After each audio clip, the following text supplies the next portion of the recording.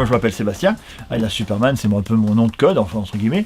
Donc je suis de Thionville, je suis né à Thionville, et donc j'habite ici depuis maintenant 20 ans, dans cet appartement. Alors l'idée est venue à mon emménagement en fait, quand je suis arrivé ici en l'an 2000, j'étais jeune DJ à l'époque et j'étais déjà un petit peu foufou dans ma tête et je voulais faire un appartement un peu incroyable, un peu sympathique, donc j'ai appelé plusieurs amis pour m'aider à faire des nouvelles idées et on a travaillé 1 an sur le projet pour faire cet appartement-là.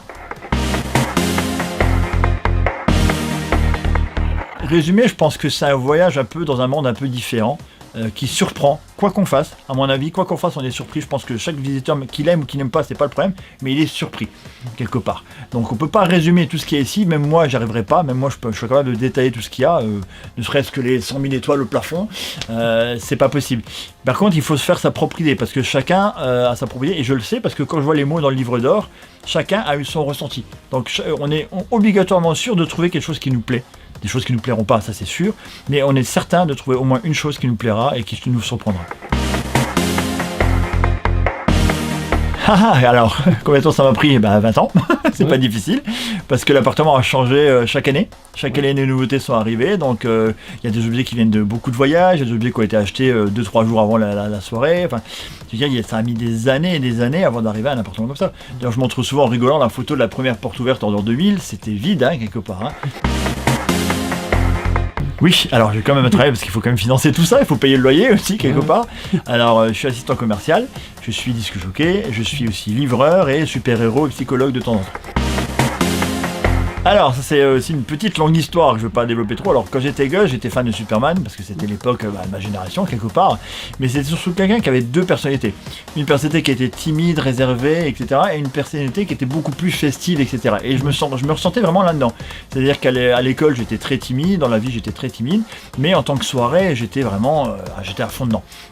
Et je me suis dit c'est quelqu'un qui me correspond vraiment très bien, et donc je dis voilà c'est mon super-héros préféré, ce sera mon nuage. Et en 2006 est sorti Superman Return au cinéma, et j'avais promis que le jour où sortirait Superman, j'irais déguisé en Superman. Donc j'ai acheté le costume à Metropolis, la ville de Superman directement, et je suis allé déguisé comme ça. Et du coup ça m'a suivi, et ça me suivra certainement jusqu'à ma mort maintenant. Soit on est attiré par les gens, soit on attire les gens. Quand on est timide, on a du mal à être attiré par les gens, on essaie de discuter, mais on n'arrive pas trop à s'incruster, à se mettre dans un groupe. En tant que Superman ou dans un costume, les gens viennent vers vous. Donc c'est beaucoup plus facile d'en se dire. En fait, tout est une question de confiance en soi. À se dire finalement, ce que j'ai à dire, ça peut être important, ça peut être intéressant. Ne pas savoir qu'il y aura toujours des moqueries, toujours des choses, mais ne pas en tenir compte. Mais effectivement, on sera jugé de toute façon. Donc le plus important, c'est d'avoir confiance en soi et de se dire, de toute façon, des timides, il y en a partout. Et ça se trouve en face, c'est peut-être quelqu'un de plus timide que toi encore. Donc il faut essayer et se lancer. Je dirais que c'est le tout premier, parce que c'est celui qui à l'époque, il y avait tellement peu d'effets spéciaux, donc quelque part il avait fait un tollé parce qu'on voyait quelqu'un voler à l'écran, donc c'était assez impressionnant, et c'est surtout celui qui a fait le plus de publicité, etc., avant d'arriver aux effets spéciaux de maintenant. Par contre, j'ai une petite chose que j'aime beaucoup je crois que c'est dans Superman Returns, donc le dernier, où à un moment il est sur la Terre, il regarde la Terre et il dit voilà, j'écoute tout le monde et quand quelqu'un a besoin d'aide, je vais le sauver. Et je me dis que finalement, cette phrase-là, elle est clé parce que qui c'est qui fait ça aujourd'hui? Personne.